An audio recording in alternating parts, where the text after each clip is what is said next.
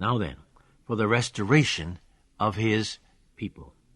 We see then, first of all, that the people of Israel had been temporarily set aside. So he spoke to the mountains of Israel, and the restoration was predicted. And now today we begin with verse 16, where the past sins of Israel are brought forth, yes, and then her future restoration and conversion is discussed with us in this particular chapter. Now, why was Israel dispersed? We saw that in the Scriptures, but we will again see it here in the 16th and 17th verses. Moreover, the word of the Lord came unto me, saying, Son of man, when the house of Israel dwelt in their own land, they defiled it by their own way and by their doings. Their way was before me as an uncleanness of a removed woman. In other words, God says, because of the people of Israel, when the people were in the land, they were living in their own country. They defiled it by their evil deeds, and they did not worship me, but they were just like in other words, as foul as a filthy rag is what another way of just saying the same truth would be. So, they defiled the land because of their doings. But more than that, verse 18 and 19, Wherefore I poured out my fury upon them for the blood that they had shed upon the land, and for the idols wherewith they had polluted it. And I scattered them among the heathen, or among the nations, and they were dispersed throughout the country. In other words, they polluted the land with their murders, with their killings, and so on, and with the worshipping of idols. So God says, I just poured out my fury upon them. You can go back into the history and you'll find that some of the worshipful things that they did as worship was just simply terrible. Actually, when he speaks here of blood and killings, he's not just talking about war or something of that nature, but literally families, parents giving their children to be offered as a sacrifice. Some of this in the Valley of Hinnom and so on. Some of these things are very ugly and sad, very sad. And God says, because of that, I dispersed you. Then furthermore, because God's name was polluted. Listen to verse 20. And when they entered into the heathen, or to the nations as such, whither they went, they profaned my holy name when they said of them, These are the people of the Lord, and are gone forth out of the land. In other words, they've polluted my name because God had been dishonored. That's why. So when they were scattered out among the nation, he says, they brought a blight upon my holy name, because the nation said, now these are the people of God.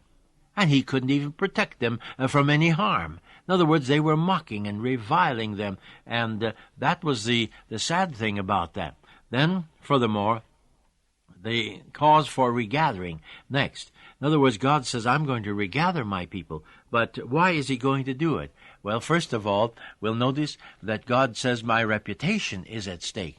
We turn now to the 21st verse of this 36th chapter of Ezekiel, when he says, But I had pity upon my holy name, which the house of Israel had profaned among the heathen, or among the nations, whither they had gone. I had concern, in other words, he says, about my reputation, which was being ruined by the people as they were among the peoples of the world. And then furthermore, verse 22 has the next statement to make.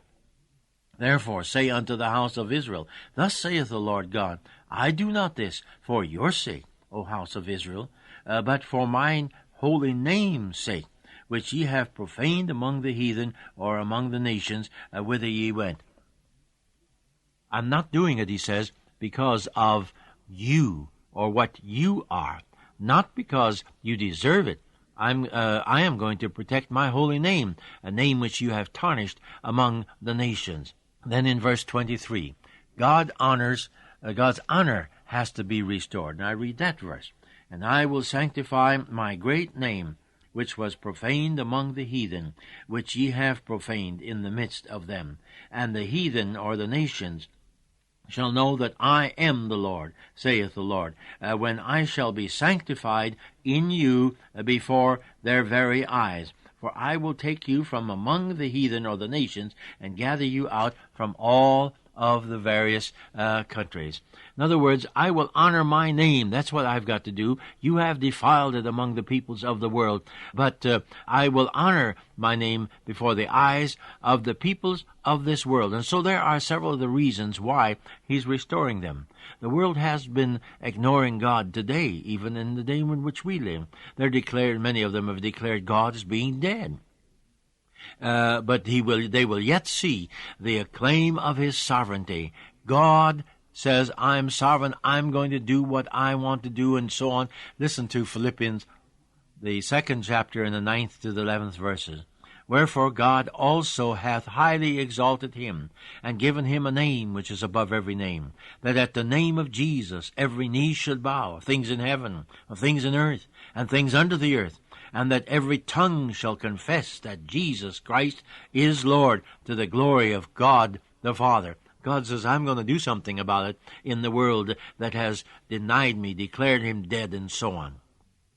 Already, newsmen, for instance, are asking the question, what's the secret of such overwhelming success with the people of Israel, as seen in many of the activities of our day, especially, take the 7-Day War and all the success there. How come? What's the whole secret? Well, they're trying to answer it, of course.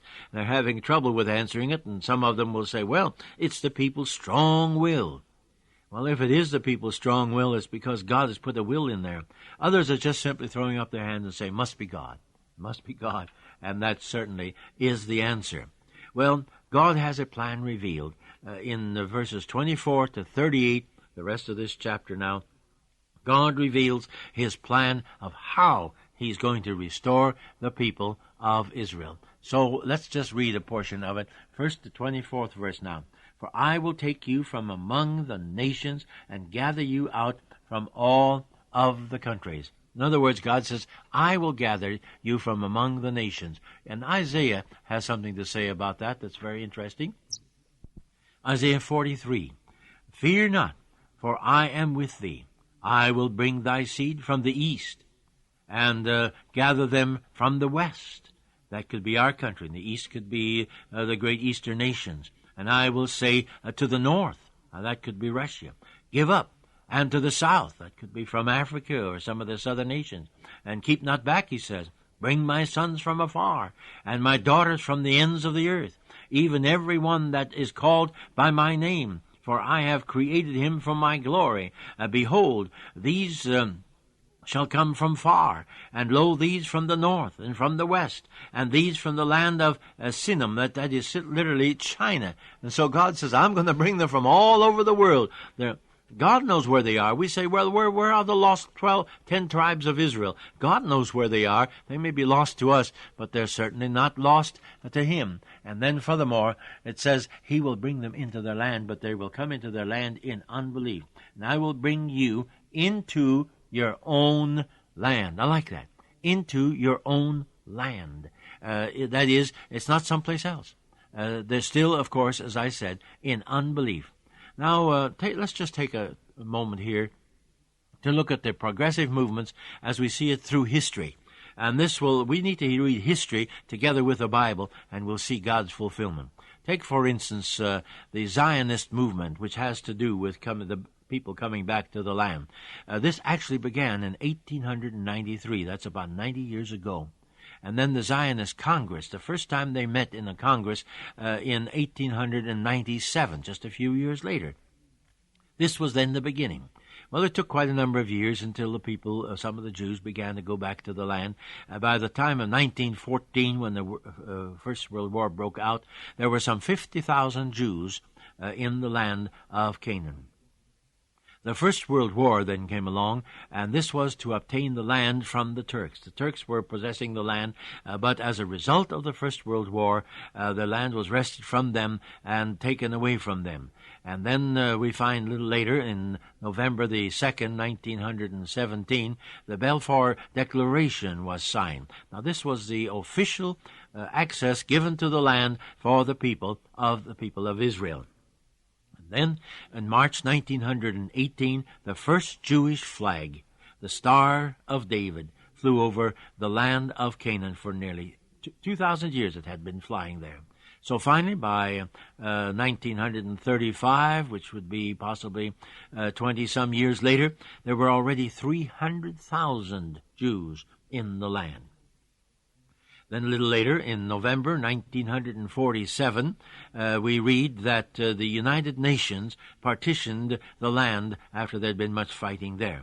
Then came the Second World War, and this was to send the people back to the land.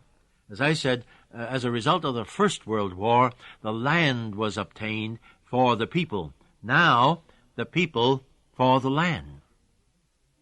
By May the 14th, the British mandate ceased. They had been watching over the land. It ceased, but the very next day, May the 15th, 1948, Israel declared itself an independent nation. That was the beginning as a nation. Then on May the 11th, 49, 1 year later, Israel joined the United Nations. So you see from history, and I've just given you a few factors of history here, we see how the budding of the fig tree is taking place. That is an important statement also in the Scriptures.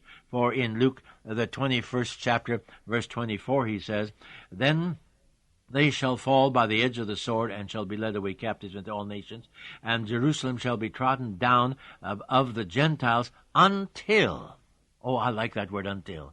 There's a time of that. "Jerusalem shall be trodden down of the Gentiles until the times of the Gentiles be fulfilled." Notice, please, that the word is times. In other words, it is plural.